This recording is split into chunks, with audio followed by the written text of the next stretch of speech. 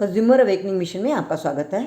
Friends, आपको ये मालूम होगा कि इस नए एक्ट में कंज्यूमर प्रोटेक्शन एक्ट 2019 में मेडिएशन का प्रावधान किया गया है। मेडिएशन माने आपका केस यदि कोर्ट में फाइल हो चुका है और अगर कोर्ट को ऐसा लगता है कि दोनों पार्टीज़ में कोई समझौता हो सकता है तो वो दोनों पार्टीज़ की कंसेंट से, कंसेंट बहुत ज़रूरी है, दोनों पार्टीज़ की कंसेंट से मेडिएशन सेल में आपको भेज सकते हैं ताकि आप आपस में यदि समझौता कर सकते हैं तो समझौता कर लीजिए। तो आज हम ये बताएंगे कि मेडिएटर का एक स्पेसिफिक रोल होता है। मेडिएटर क्या करता है आपके समझौता करवाने में और क्या नहीं कर सकता, आप इसे जान लीजिए। मेडिएटर जजमेंटल नहीं हो सकता।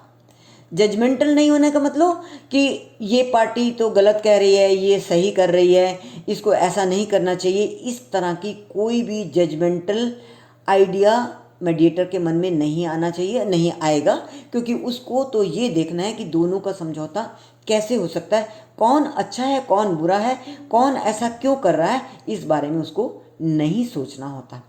दूसरी बात, मेडिएटर दोनों पार्टीज में से किसी को भी कंपेल नहीं कर सकता कि आप समझौता कर लीजिए। ये दोनों पार्टीज की अपनी मर्जी होती है।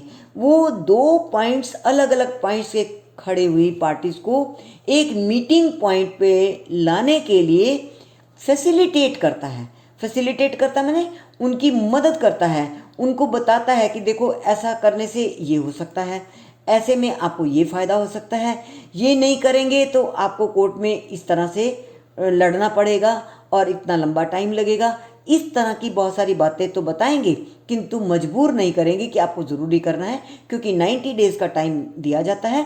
अगर 90 डेज़ में आप नहीं करते हैं समझौता, ये समझौता नहीं हो पाता, तो केस वापस उसी कोर्ट में चला जाएगा अनसक्सेसफुल या मेडिएशन फेल करके। तो इसमें मेडिएटर को कहीं भी कंपेल नहीं करना, बड़ा ही पेशेंस से सुनना है, दोनों बात को सुनना है और दोनों को जो जो ज़रूरत है, जो वो जानना चाहते हैं वो उनको बताना है। और अगर समझौता हो जाता है तो एक डॉक्यूमेंट बनता है जिसे सेटलमेंट डॉक्यूमेंट कहते हैं। उसमें दोनों पार्टीज़ को साइन करने होते हैं। दोनों पार्टीज़ के साथ उनके रिलेशंस, उनके फ्रेंड्स भी आ सकते हैं और वो भी एज विटनेस उस सेटलमेंट पे साइन कर सकते हैं।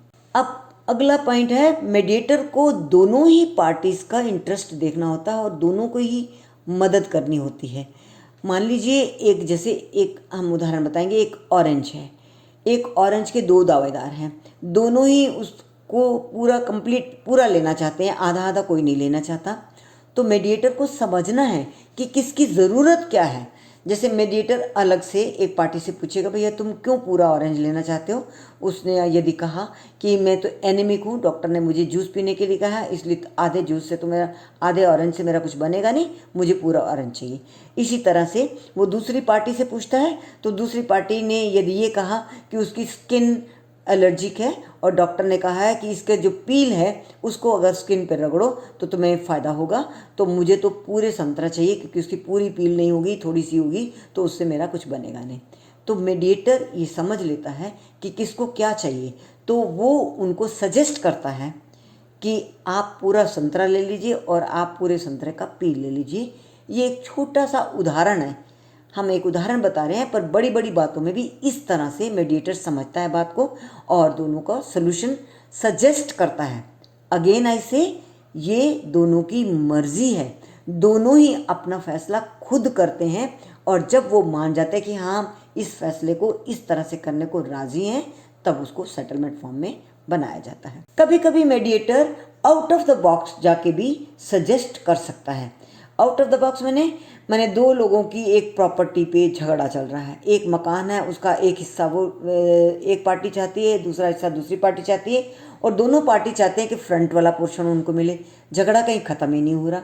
मेडिएटर थोड़ा और भी सजेस्ट करता है। मानो दोनों पार्टीज में से किसी एक पार्टी के पास कहीं और लैंड पीस पड़ा है, एक पार्टी उसके लैंड पीस को लेने के लिए राज़ी हो जाती है, तो ये पूरा मकान एक व्यक्ति को देकर और वो उसके एवज में लैंड पीस जो है दूसरे व्यक्ति को ऑफर करवा सकती है।